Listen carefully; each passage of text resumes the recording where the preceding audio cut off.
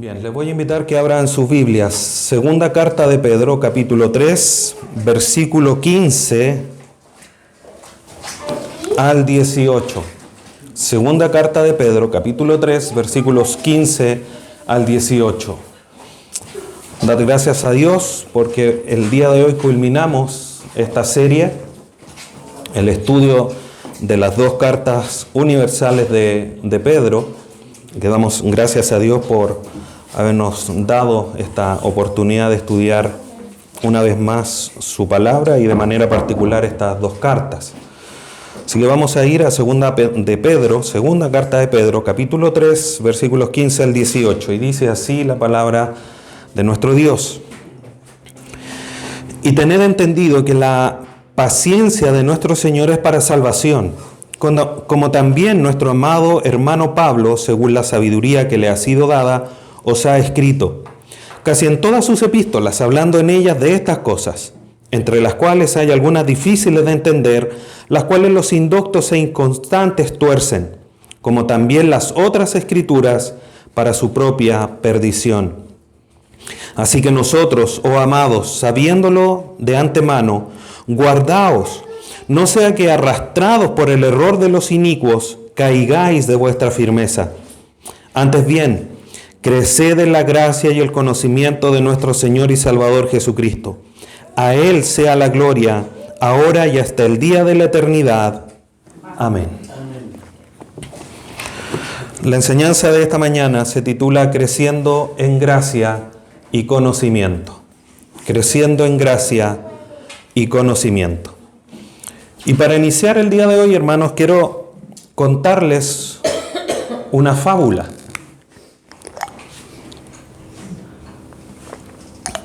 La fábula de una oruga. Y esta oruga caminaba un día en dirección hacia el sol.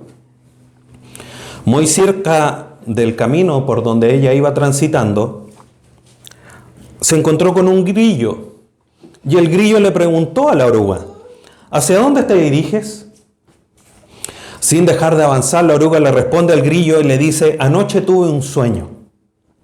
Soñé que desde la punta de la gran montaña yo miraba todo el valle. Me gustó lo que vi en mi sueño y por eso he decidido realizarlo.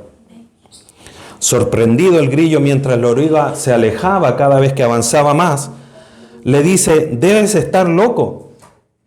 ¿Cómo vas a poder llegar hasta ese lugar? Tú, una simple oruga. Para ti una piedra será una montaña, un pequeño charco, un mar y cualquier tronco una barrera infranqueable. Loco. Pero la oruga ya estaba lejos y no escuchó lo que el grillo le había dicho. Sus diminutos pies no dejaron de moverse hasta que de pronto en su caminar se oyó la voz de un escarabajo. Y el escarabajo le dice, ¿hacia dónde te diriges con tanto empeño?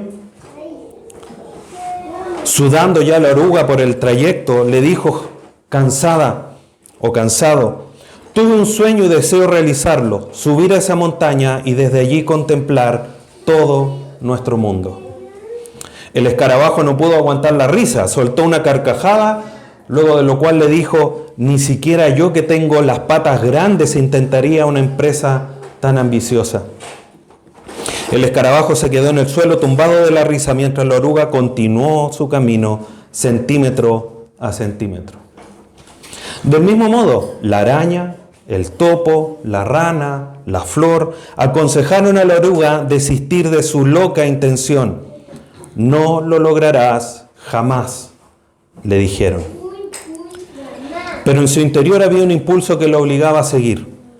Ya agotada, sin fuerzas y a punto de morir, decidió parar a descansar y construir con su último esfuerzo un lugar donde pernoctar, donde descansar. Estaré mejor, fue lo último que dijo y murió. Todos los animales del valle fueron visitando sus restos en los siguientes días. Estaban en ese lugar los restos del animal más loco del bosque con los que ellos se habían cruzado.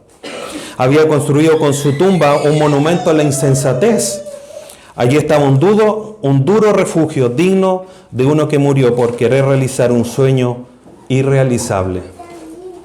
Una mañana en la que el sol brillaba de una manera especial. Todos los animales estaban congregados en torno a esta tumba de la oruga, que se había convertido en una advertencia para los atrevidos. De repente quedaron sorprendidos, atónitos. Aquella concha dura comenzó a romperse. Y con asombro vieron unos ojos y unas antenas que no podían ser las de la oruga que creían muerta. Poco a poco, para darles tiempo de reponerse del impacto, fueron saliendo unas hermosas alas de color arcoíris, de aquel impresionante ser que tenían frente a ellos, que era una mariposa. No hubo nada que decir, todos sabían lo que haría. Sería volando hasta la gran montaña y realizaría un sueño. El sueño por el que había vivido, por el que había muerto y por el que había vuelto a vivir, había por fin cumplido su sueño. Pedro, hermanos, ya ha estado hablando del esfuerzo que debemos de poner como creyentes en nuestra vida cristiana. De hecho, esfuércense, sean santos porque Dios es santo. Esfuércense en vivir, esfuércense en la esperanza, que estén firmes en la promesa que Dios nos ha entregado. Ha expuesto a los falsos. Pongan cuidado porque hay algunos que voluntariamente están ignorando cosas, ignorando a Dios, rechazando el señorío de Cristo. Se burlan de lo que ustedes creen, de la esperanza que ustedes creen. Y finalmente, el día de hoy vamos a ver un llamado final, que de alguna manera es el gran resumen o la gran respuesta que nosotros como hijos de Dios debemos de tener. Pedro le está diciendo a los hermanos de la dispersión en el Ponto, Galacia, etcétera, etcétera, a los cuales ha advertido de los falsos, ha animado en la fe, ha animado en la espera del regreso inminente de nuestro Dios. Recordando rápidamente qué es lo que le ha dicho. Primero, que tenemos todas las bendiciones que necesitamos para la vida y la piedad. Que la esperanza que tenemos es una esperanza viva y que tenemos un futuro seguro.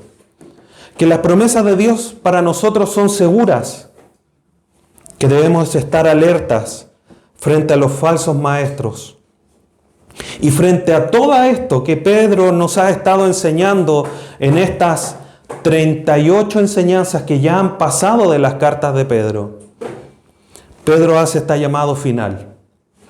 Creced en la gracia y conocimiento del Señor Jesús. ¿Tenemos todo para la vida y la piedad? Crezcamos en la gracia y conocimiento del Señor. Tenemos que estar alerta con los impíos, los falsos maestros. Crezcamos en la gracia y conocimiento del Señor. Tenemos promesas seguras en el Señor para el futuro. Crezcamos entonces en la gracia y conocimiento del Señor Jesús. Y eso es lo que Pedro nos está diciendo en esta mañana. Como la oruga.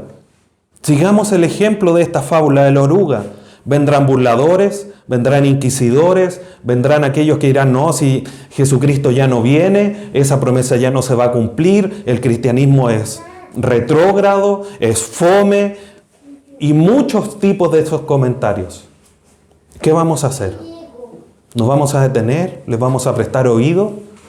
Debemos ser como la oruga, buscar crecer, buscar llegar y cumplir el propósito de Dios en nuestra vida. Como también Pedro lo dijo la vez anterior. Sean santos. ¿Por qué? Porque tenemos una promesa segura. Porque Dios quiere que seamos santos. Porque Dios es santo y debemos de buscar ser tal cual es nuestro Padre Celestial. Entonces Pedro comienza esta última sección en el versículo 15 y dice, y tened entendido que la paciencia de nuestro Señor es para salvación.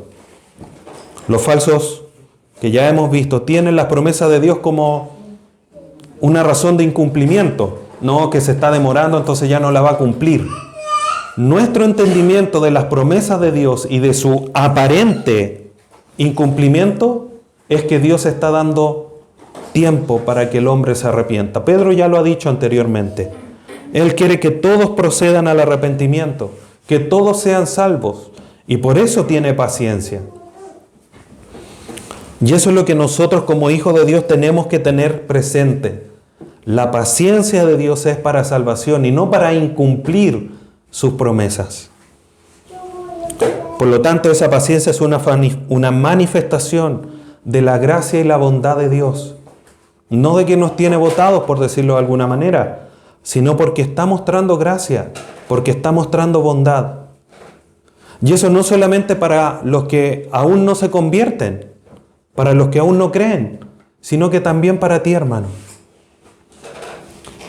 Si nos pusiéramos en esta situación, sabemos que estamos seguros en Cristo y que Él está trabajando en nosotros. Pero el trabajo de Dios en nosotros, que sin lugar a dudas va a cumplir su propósito en nosotros. Pero si Dios viniese el día de hoy, en este mismo instante, ni un segundo más ni un segundo menos, y Dios viene con su lista, dice, te pregunta, ¿estás listo? ¿Estás listo para irte a la eternidad? ¿Estás ok? ¿Se cumplen todos los requisitos? ¿Has cumplido mi propósito para ti de ser santo, de ser paciente, de estar esperando en la promesa, de anhelar la venida de Dios, entre otras tantas cosas? Si hoy día Dios viniese con ese propósito, ¿te vas o te quedas? El que Dios tenga paciencia, hermanos, tiene que ver también con nosotros. Y por eso Pedro al final dice, crezcan en la gracia y en el conocimiento. Cristo viene pronto, está aquí a la vuelta de la esquina, está a punto de llegar. La manera más natural y obvia de nosotros aprovechar el tiempo es crecer en la gracia y en el conocimiento. No porque seamos mejores, pero debemos de marcar una diferencia con los impíos, con los falsos maestros. Si ellos rechazan a Cristo, si ellos rechazan voluntariamente la voluntad de Dios manifestada en su palabra, nosotros deberíamos tratar de cruzar a la otra vereda de 20 cuadras más allá. Queriendo, anhelando conocer más la voluntad de Dios y no ignorarla voluntariamente. Viviendo una vida piadosa, acercándonos a Dios. Mostrando así una diferencia abismal, gigante, entre los que rechazan a Cristo y los que le amamos. Dios quiere que el pecador se salve, sin lugar a dudas. Pero quiere que también nosotros crezcamos, ya siendo salvos, en santidad. La paciencia divina, por tanto, debe guiar al arrepentimiento. Y nosotros no porque ya seamos salvos, no necesitamos arrepentirnos, porque seguimos pecando. Por lo tanto, hermanos, debemos de tener presente que la paciencia de Dios va a llegar a su fin en algún momento.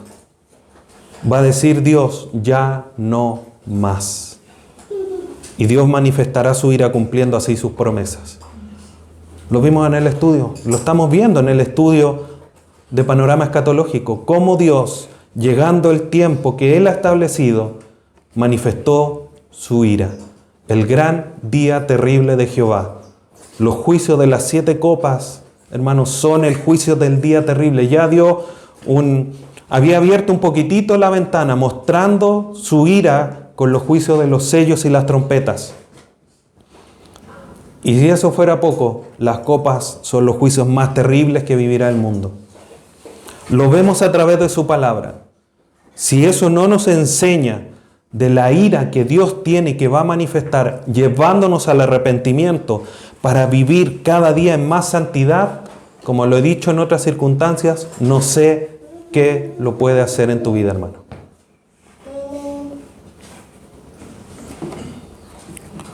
Debemos, por tanto, crecer en la gracia y en el conocimiento. La paciencia de nuestro Señor es para salvación, como también nuestro amado hermano Pablo, según la sabiduría que le ha sido dada, os ha escrito. Los dichos, los escritos que Pedro ha plasmado en su carta, no solamente son de él. Pablo escribe respecto de lo mismo a los destinatarios a los cuales él les escribe. A los romanos, a los tesalonicenses. Él les escribe a los de Colosas. Les escribe respecto de esto mismo.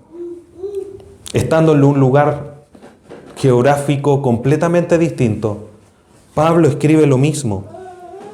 Y eso nos muestra que Dios guía a estos escritores, guió a Pedro, guió a Pablo, guía a todos los demás autores de las Escrituras para que tengan un mismo concepto, una misma idea, y esa misma idea sea transmitida a las distintas iglesias. Eso es lo primero que nos enseña esto. Lo segundo que nos enseña es que las cartas, a pesar de que tenían un destinatario, eran compartidas. Para nosotros compartir la información no es algo poco común, porque es de fácil acceso. Si yo quiero que alguien sepa, por ejemplo, en nuestro trabajo, donde yo estoy, si quiero que alguien sepa una información oficial que a mí me compartieron, le pongo el correo electrónico reenviar, enviar a tales personas y todos ya lo saben. Así de fácil, a 5 segundos de escribir un par de palabras y apretar un botón. Pero en los tiempos de Pedro y de Pablo no era así, porque se escribía una carta y no se multiplicaba de manera espontánea. Esa carta había que copiarla o prestarla. Generalmente se hacían copias, lo que tardaba en copiar. Yo creo que todos aquí tenemos de alguna manera cierta experiencia en tratar de copiar una cosa a mano. Hay una demora, hay un trabajo, hay un esfuerzo. Pedro había tenido acceso a las cartas que Pablo habría escrito. ¿Por qué si tenían un destinatario? Porque se entendía que era una información teológica importante que todos los hermanos debían de tener. Por lo tanto, lo que Pedro escribe para los hermanos en el Ponto, en Galacia, en Asia, etc., hoy día a nosotros también nos sirve. Y por eso Pedro con tanta claridad dice, lo que Pedro escribió, lo escribió con sabiduría, sabiduría divina, porque la interpretación de las Escrituras no es algo personal y cerrado, sino que es dado por el Espíritu, como el mismo Pedro lo ha dicho acá en la segunda carta.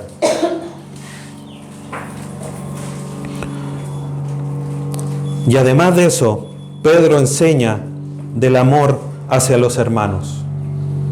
Porque habla de Pedro y dice, habla de Pablo y le dice, nuestro amado hermano Pablo.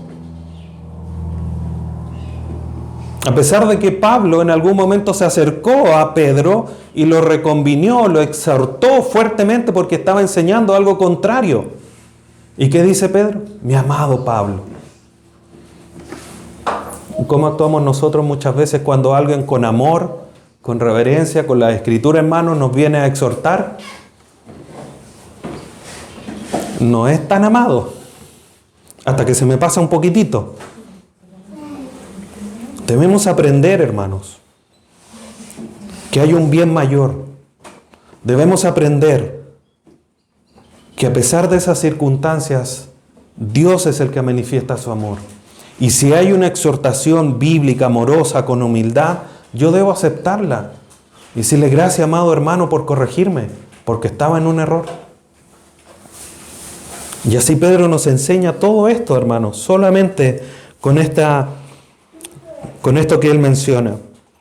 Entonces Dios, hermanos, en su sabiduría le da sabiduría a estos varones que dejan plasmada la voluntad de Dios para nosotros.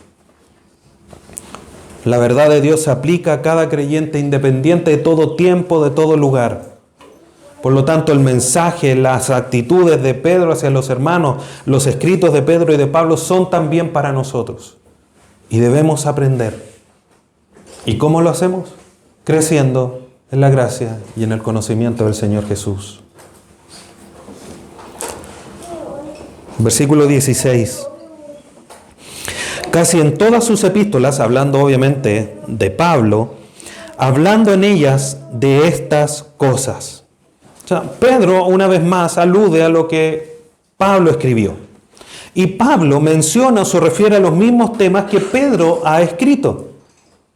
Están en sintonía. Y eso es maravilloso, hermanos. Y por eso Pablo le escribe a la iglesia en Éfeso: mientras puedan, procuren la unidad del Espíritu. Cuando nosotros crecemos, aumentamos, como Pablo le dice a los de Éfeso en el capítulo 5, versículo 19, no os embriaguéis con vino, antes bien sed llenos del Espíritu. Cuando estamos en esa intimidad con el Espíritu Santo, nos dejamos moldear, nos dejamos guiar por Él, generamos la unidad del Espíritu Santo. Por lo tanto, cuando yo pienso algo y el que está en la unidad del Espíritu hace lo mismo, porque estamos en un solo sentir. No nuestro, sino que del Espíritu Santo que nos guía a hacer las cosas que Dios quiere que hagamos. Por eso es tan importante cuando nosotros de manera individual no estamos dispuestos al trabajo del Espíritu Santo en nosotros, cada uno va a estar viviendo su propia vida, bajo su propio interés, bajo sus propios conceptos. Pero cuando la unidad del Espíritu es una realidad, porque nosotros nos dejamos moldear por el Espíritu Santo, remamos todos para el mismo lado. Vamos todos en la misma senda. Llega alguien y dice: sí, tengo un sueño, quiero cumplir este propósito de Dios en mi vida. Amén, hermano, yo te sigo, yo te ayudo. Vamos, tú puedes. Alentamos al hermano a llegar a su meta, no como la pobre oruga: estás loca, no lo vas a poder, ¿qué te crees tú? No, vas a tener dificultades, ahí voy a estar yo para apoyarte. La unidad del Espíritu. Pedro y Pablo manifiestan entonces, a través de escribir los mismos temas, la acción de Dios a través del Espíritu Santo en sus vidas.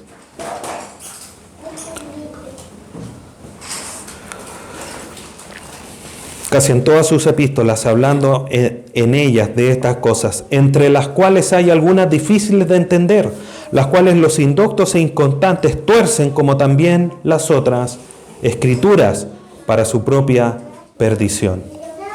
Y aquí vemos la distinción, hermanos. Pedro, Pablo, la unidad del Espíritu Santo hablan de lo mismo. Pero los indoctos, los que no siguen, los inconstantes, los que no están en la comunión del Espíritu Santo y por supuesto tampoco son salvos, tuercen. No están en la misma línea.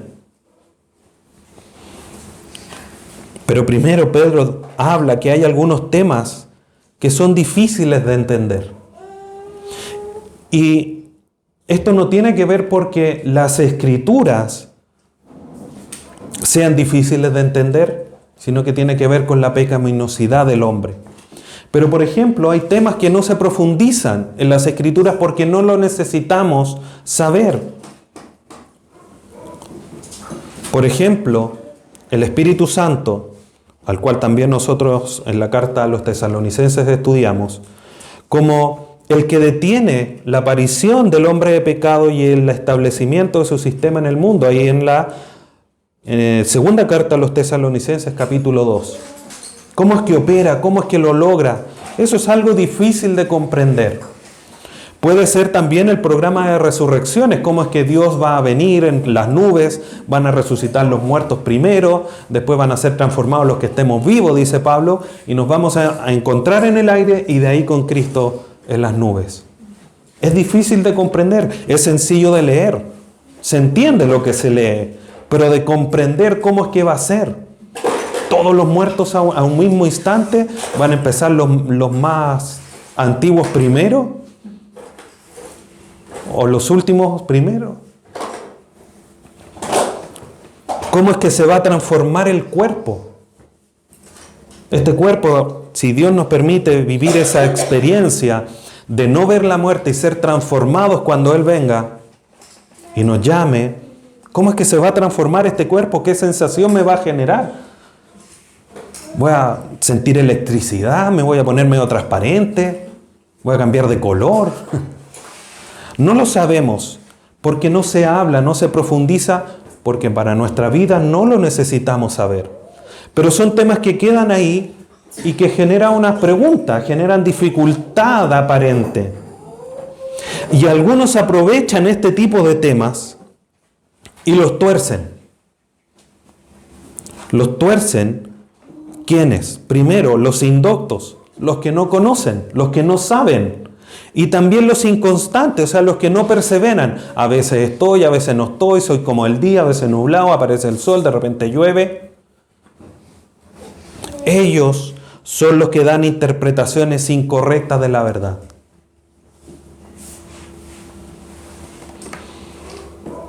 Entonces tuercen también, como por ejemplo, ¿cómo es que Cristo nos libera o libera a los hebreos, a los judíos, del sistema legal mosaico, siendo que para ellos es tan importante? Los judíos viven bajo la ley de Moisés. Obviamente Cristo viene a liberarnos a todos de esa ley que había que cumplir y que para los hebreos es tan difícil de comprender. Para ellos no hay cabida que ya no tengan que cumplir lo que la ley dice, de purificarse, de tener el templo, de hacer sacrificios en el templo. Y por eso los judíos buscan y pelean por tener nuevamente posesión de ese lugar donde estaba el templo para reconstruirlo y poder ofrecer los sacrificios que no han podido ofrecer en tanto tiempo. Ellos no lo pueden entender y tuercen las verdades divinas para su propia perdición, enseñándoles, por ejemplo, y es una de las corrientes muy fuertes, incluso al día de hoy, de los judaizantes, de que tienen que hacer lo que la ley de Moisés dice, porque si no, no son salvos. Tuercen la verdad, porque no entienden cómo es que Dios nos libera a través de Cristo del sistema de la ley de Moisés. Y lo tuercen. Como son indoctos, no saben, tuercen las Escrituras. Pedro, mire lo que hace. Solo por inspiración divina. Estos escritos que Pablo ha hecho y que son difíciles de entender, con estos temas difíciles de asimilar, los compara con los escritos proféticos del Antiguo Testamento. Lo que ellos tenían como Biblia era lo que hoy día para nosotros es el Antiguo Testamento. Los escritos de Pablo y de Pedro se entendían como guiados por Dios porque hablaban todos de lo mismo. Y Pedro, al finalizar este versículo, dice, los cuales indoctos y constantes tuercen, como también las otras escrituras. ¿Cuáles escrituras? La de Moisés, la de Isaías, la de Jeremías, etcétera, etcétera. Esas escrituras también las tuercen, pero también los escritos de Pablo. Dice, las otras escrituras, porque las cartas de Pablo también son escrituras porque son inspiradas por Dios. Entonces Pedro les dice, no caigáis de vuestra firmeza. Estén firmes los escritos inspirados por Dios. Los escritos proféticos son inerrantes e inspirados, tal cual como lo está haciendo las cartas de Pablo y las cartas de Pedro al día de hoy nosotros. Versículo 17. Así que vosotros, o sea, esta es la realidad de los antiguos, de los indoctos, de los falsos. Bajo esta realidad, ustedes, así que vosotros, oh amados, sabiendo de antemano, guardaos, no sea que arrastrados por el error de los inicuos, caigáis de vuestra firmeza. Entonces, como decía hace un momento, debe haber una distinción entre los indoctos, los no salvos, los falsos maestros, los que rechazan a Cristo, etcétera, etcétera, y los creyentes, los hijos verdaderos de Dios. Nosotros, como hijos de Dios, debemos de comportarnos de una manera distintiva. No distinta, distintiva. ¿Cómo es que se comporta? Presentándolo a modo de pregunta. ¿Cómo es que se comporta un hijo de Dios? Bajo ciertos distintivos. En santidad, sin malas palabras, siempre guiado por la palabra de Dios, etcétera, etcétera. Distintivo.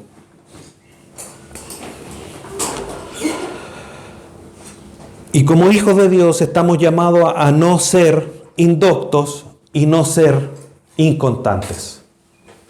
Dicho de otra manera, el creyente debe ser conocedor y perseverante, firme. Nosotros como hijos de Dios no podemos ignorar. Obviamente hay cosas que quizás de la Escritura no sabemos. Sería maravilloso poder, no sé, de alguna manera meter todo esto en la mente y conocerla toda. No podemos. Pero eso no es razón para que nosotros no nos esforcemos para conocer. O sea, Pedro, y mejor dicho, Dios a través del escrito de Pedro, nos está diciendo, ustedes no pueden ser igual que los indoctos. Nosotros decimos, amén. El punto es, ¿qué estás haciendo para no ser indocto? ¿Qué estás haciendo para no ser inconstante? Nosotros no podemos ignorar. Y por eso Pedro ha insistido en varias ocasiones, que debemos de traer a la memoria. Y Pedro lo ha dicho en varias ocasiones, traigan a la memoria los que yo les escribo, lo que yo les he dicho.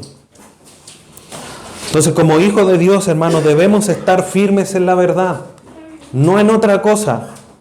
No podemos ser como el barco que lo lleva el viento. Debemos estar firmes.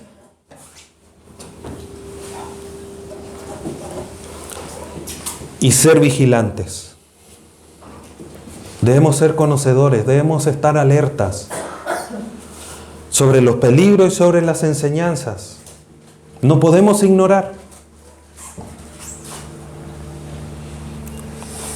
Debemos estar firmes y no ser movidos del lugar de seguridad en el que estamos. ¿Cuán firme estás, hermano? En las enseñanzas que Dios nos ha entregado. Debemos de estar firmes para que nada nos arrastre por el error de los inicuos. Versículo 18. Antes bien, o sea, para que no sean arrastrados, para que no sean inicuos, para que no inconstantes, indoctos, para que no sean inconstantes, ustedes tienen que ser, antes bien, creced en la gracia y el conocimiento de nuestro Señor y Salvador Jesucristo.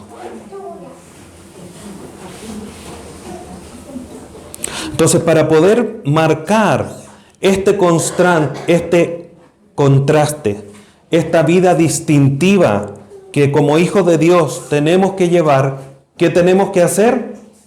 Crecer en la gracia y conocimiento de nuestro Señor Jesucristo.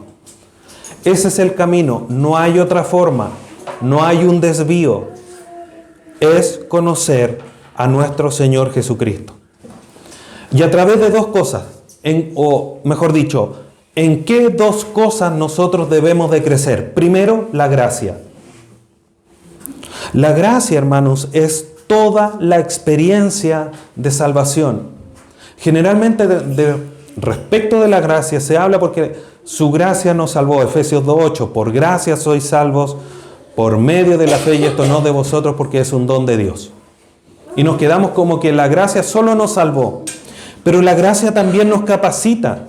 A través de la gracia Dios sigue santificándonos. Como dice Filipenses 1:6, el que comenzó la buena obra en vosotros la culminará hasta el día de Jesucristo. Eso es gracia. Porque no merecemos lo que Dios hace en nosotros. Entonces debemos de crecer en la experiencia de nuestra salvación, del vivir continuamente. Como dice el salmista, rogándole a Dios, devuélveme el gozo de mi salvación.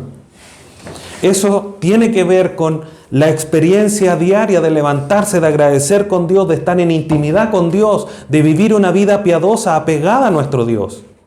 No hay otra forma. No es una pastilla que me tomo en la mañana.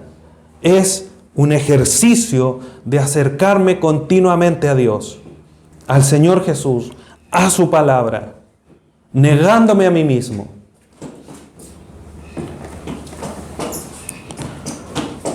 Pero no podemos separar de esta experiencia de salvación, que es la gracia. No podemos separar de ella el conocimiento. Y Pedro lo dice, crecer en la gracia y el conocimiento. No los podemos separar, porque es a través del conocimiento del Señor Jesús es que profundizamos la voluntad de Dios para nuestra vida. ¿Cuántas veces lo hemos repetido, hermano? Y Pedro lo ha mencionado varias ocasiones a través de su carta. Traigan a la memoria, no lo olviden, crezcan en el conocimiento. Ustedes ya saben, me voy a preocupar de que lo sepan, aunque yo no esté presente, se los voy a dejar. Como hijos de Dios, hermano, nosotros debemos crecer en el conocimiento de Dios. Dios es santo. ¿Pero qué significa eso? Lo vemos en el resto de las Escrituras.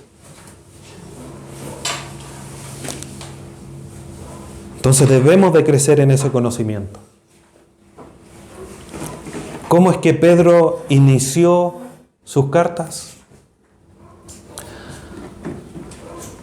Que todo lo que necesitamos para la vida y la piedad ha sido dado a través del conocimiento de nuestro Señor Jesucristo.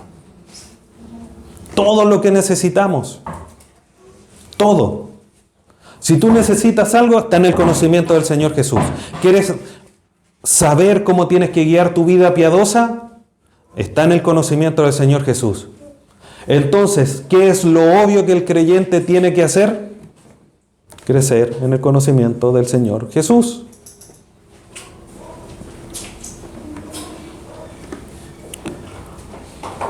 Y ahí está el secreto, hermanos. Por eso dice, antes bien, creced, aumentad en la gracia y el conocimiento, no de cualquier cosa, del Señor y Salvador Jesucristo. Está bien aprender cosas de este mundo, porque eso significa que obviamente vamos a poder tener un trabajo, etc. Pero no puede ser lo más importante. Está bien, en mi caso, aprender a hacer alguna terapia de rehabilitación. Está bien a programar una página web. Está bien aprender a hacer un jardín. Está bien aprender a hacer las cosas del hogar. Está bien aprender a construir, a hacer muebles, sanar, vender. Está bien. Y mejorar y aprender cada día más y aprender nuevas cosas. Está bien. Pero ¿cuánto deseas aprender más de Dios? ¿Cuánto has crecido de parte de Dios, de lo que Dios te ha dado en tu vida? No, sí, pastor, yo vengo todo, escucho todas sus prédicas cuando usted las sube, yo escucho la prédica en la semana. Amén. Pero la pregunta es, ¿aprendes de otras cosas de lunes a viernes?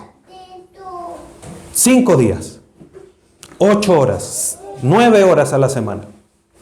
¿Y te estás conformando solamente con lo que la iglesia te entrega, que es el domingo en la mañana y el lunes nuestros estudios bíblicos? ¿No crees que es un poco injusto o poco proporcional si estás 5 días de la semana aprendiendo otras cosas y no alcanzas a juntar un día de las actividades de nuestra iglesia? Es que usted, pastor, enseña muy poco. ¿Acaso yo solo tengo la responsabilidad de aprender y de enseñarles? ¿Es mi responsabilidad? Por supuesto que sí. Pero ¿y la tuya, hermano? Tu responsabilidad de acercarte a Dios.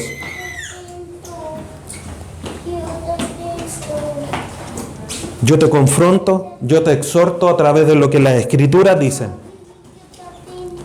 Pero también hay algo que tú tienes que hacer. Tú me puedes decir, pastor, sabe que no tengo que comer. Y como iglesia te podemos apoyar. Te podemos llevar una canasta familiar, una cajita con una mercadería. Pero además, ¿quieres que te cocinemos?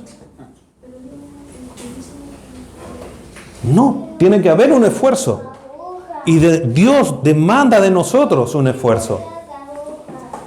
¿Cuál es el esfuerzo que tú estás haciendo para crecer?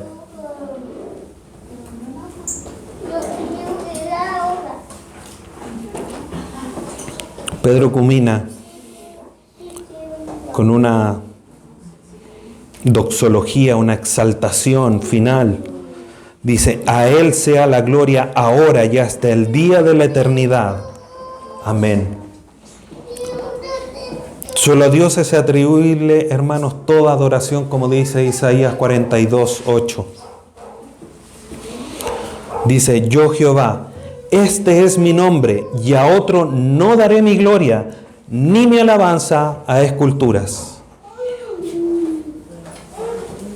Solo a Dios, solo al Señor Jesús, que también es Dios, le podemos adorar. A Él solamente, a nadie más.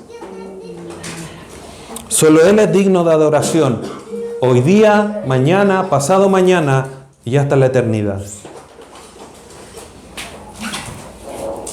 Y nuestra adoración, hermanos, siempre, siempre irá pegada a la realidad del conocimiento. Porque Dios no quiere que nosotros lo alabemos, lo adoremos conforme a nuestros pensamientos. ¿Qué fue lo que pasó con el pueblo de Israel? Moisés los guiaba, esta es la forma que hay que adorar. Moisés desapareció un ratito y dijeron, adoremos a Dios, ¿qué hacemos? Un becerro. Pero si Dios no es lo que quiere Dios. Entonces Dios no quiere que lo adoremos conforme a nuestro corazón. Quiere que lo adoremos conforme a lo que Él nos ha mostrado. Porque nuestro corazón es engañoso. Nuestro corazón no le busca. Por eso tiene que ser en espíritu y en verdad. Y no según la carne y nuestros pensamientos humanos. Y para poder entonces ofertar, entregar una adoración que engrandezca a Dios, tenemos que saber lo que Dios quiere, lo que Dios nos pide, cómo Dios nos guía. Y para conocer todo eso, ¿qué debemos hacer? Crecer en el conocimiento de nuestro Señor Jesucristo. Por lo tanto, hermanos, para ir concluyendo, ¿cuán preocupado estás al día de hoy en crecer? Si un niño no crece, en sus controles lo ven y se preocupan. Lo mandan al médico, hay que hacer estudios, hay que hacer exámenes, qué es lo que pasa, porque no crece, está bajo de talla o está desnutrido. Tu vida espiritual, ¿cómo está? ¿Está creciendo de una manera constante, firme? ¿O tienes una desnutrición espiritual? ¿Tienes una talla espiritual baja? ¿Estás midiendo tu estatura espiritual?